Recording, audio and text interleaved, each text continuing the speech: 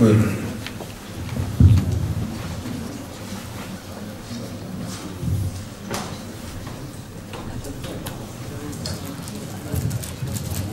Sonrasında Aysel Ateş Hanımefendi ve Hakan Aydemir Beyefendi konuşmalarını yapacaklar. Talepleri alabiliriz. Kendilerini de hazırlayabilirler Canberk Bey konuşmasını yaparken. Her şeyden önce hazırımı saygıyla selamlıyorum. İstanbul Kafkas Kültür Derneği'nin önceki dönem başkanıyım. Mevcut yönetimin yönetim kurulu üyesiyim. Bir yanlış düzelterek başlamak isterim. İstanbul Derneği'nde bir kardeş diğerine yönetimi devretmedi. Abi kardeşi yönetim paylaşmadılar. Biz farklı sülalelerin ama birbirini çok seven ailelerin, iki farklı ailenin oğullarıyız. Akraba değiliz Ümit Dinçer'le. Diyalog çağrısı var, birlik çağrısı var. Diyaloğun birliğin kendinden olmayacağını, kendi kendine gerçekleşmeyeceğini düşünüyorum. Birliğin olabilmesi için farklı kutuplardaki insanların ne yapıp edip uzlaşma şartı gözetmeden, ki uzlaşabileceklerine de inanmıyorum kolayca, uzlaşma şartı gözetmeden aynı masaya oturabilmeleri gerektiğini düşünüyorum. Bu manada Kafe'de bağlı derneklerden eski bir dernek olarak geçtiğimiz senelerde başkanlığım döneminde girişimlerimiz oldu. Daha doğrusu aynı şeyi düşünen farklı kutuplar bir araya gelebildik biz. Bunu başarabildik. Ve toplam 4 kere, sayısını hatırlayamadığım kadar çok toplantı yaptık ve aynı masaya oturduk. Toplam 4 kere de İstanbul'da farklı federasyonlara bağlı, hiçbir federasyona bağlı olmayan, hatta bazı informal gruplarında içinde olduğu etkinlikler düzenledik. Adiye Cumhuriyetimizin 25. yıl dönümünü hep beraber kutladık. Düzce Üniversitesi Adiye Dili Bölümü öğrencileri için burs oluşturma, burs yaratabilmek için 2 defa 2 ayrı kıtasında İstanbul'un geceler düzenledik. En son olarak 14 Mart Adiye Dil Günü yine birlikte icra edildi. Biz katılamadık. Sevgili Mansur Balcı'yı defnettik o gün.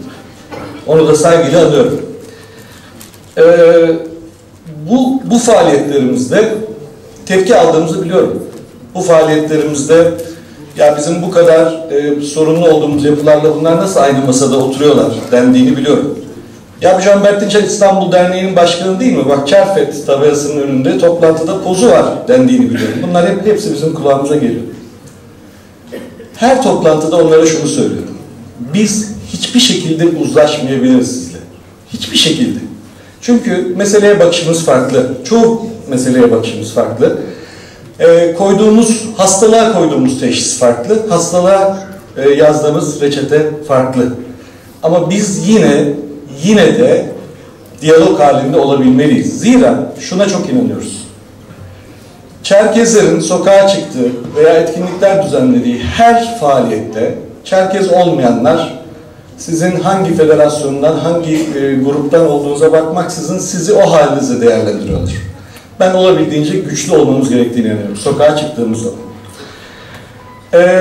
Bunun ne faydasını gördük peki? Şimdi çok mu yakın arkadaşız? İnanın bazılarıyla yakın arkadaş olduk. Yani o gruplar içerisinde, belki de farklı federasyonlar içerisinde, farklı formal, informal gruplar içerisinde gerçekten aslında çok iyi diyalog kurabileceğiniz insanlar olduğunu öğreniyorsunuz. Onlarla eğer aynı masaya oturursanız, oturmadan olmuyor. İnternet üstünden asla olmuyor. Hele ki nefret söylemiyle hiç olmuyor. Bu bir tecrübemiz. Mesela İstanbul Derneği olarak bize tepkili olan Kafet üyesi delegelerin, Kafet delegelerinin olduğunu ben biliyorum bu anlamda. Öte yandan Bağlarbaşı Derneğimiz sezon açılışını milli kıyafetleriyle yapıyor 3 senedir. Bu sene de öyle denk geldi. Gerçekten Adiye Faşe-i Mahkûn bir önü veya bir sonrakisindeki cumartesi biz bu toplantıyı yapacağız. Açılışımızı hep öyle yapacağız diye yıllar önce duyurduk ve bu sefer 30 Eylül Apazya'nın bağımsızlık gününe denk geldi.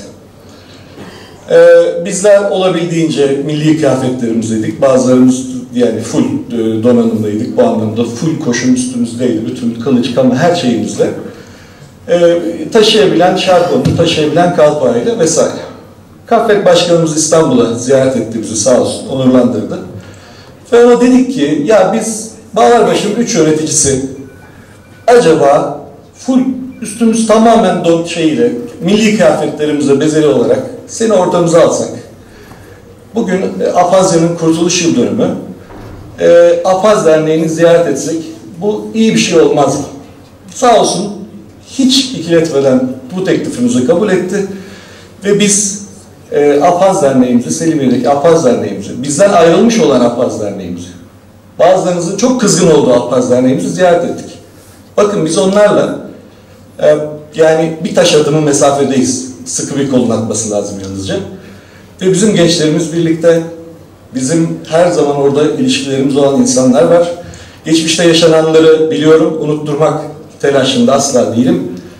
Ama bunun böyle yürümeyeceğini, mutlaka diyalog içinde olmamız gerektiğini düşünüyorum. Bunun bile çok tepki yarattığını biliyorum. Yine içimizdeki abaza kardeşlerimiz arasında özellikle.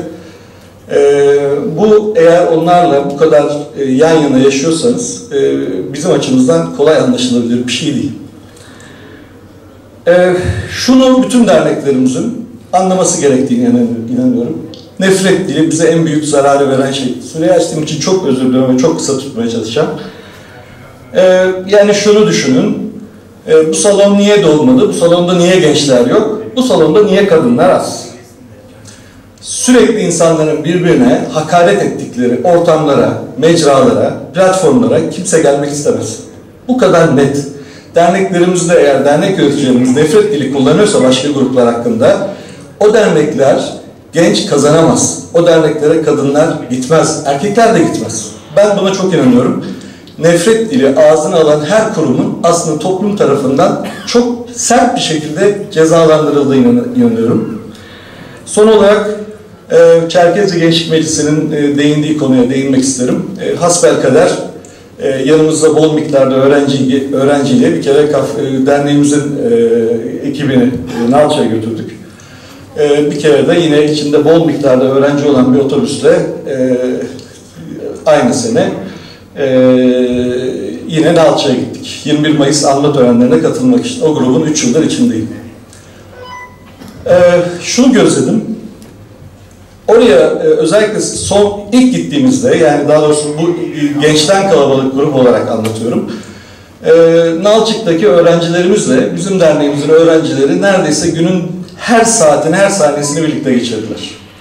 Ve hepsinin kafasında Kafkasya'nın yaşanılabilir bir yer olduğu, Kafkasya'nın dönüp yerleştirilebilir bir yer olduğu, Kafkasya'nın çok rahat öğrenci olunması gereken bir yer olduğu fikri oluştu. Ve aralarından bir tane kızımız şu anda 1. sınıfa başlamış durumda. Sadece o geziden izlenimleriyle. Ve şimdi gençlerimizden beklediğimiz başka gençlerimiz mutlaka var. Yüksek lisans, doktora vesaire başka şeyler için oraya plan yapanlar oluştu. Sadece bu sayede. Sonraki gidişimizde, geçen sene ikinci gidişimizde 20 Mayıs münasebetiyle Nalçık Üniversitesi'nde bir tanıtım düzenlendi. Bence bu yeni dönem KAFFED'in, bu mevcut ÇERFED'in, bu aslında Türkiye'deki tüm federasyonların, tüm formal informal yapıların üstünde durması gereken bir şeydir.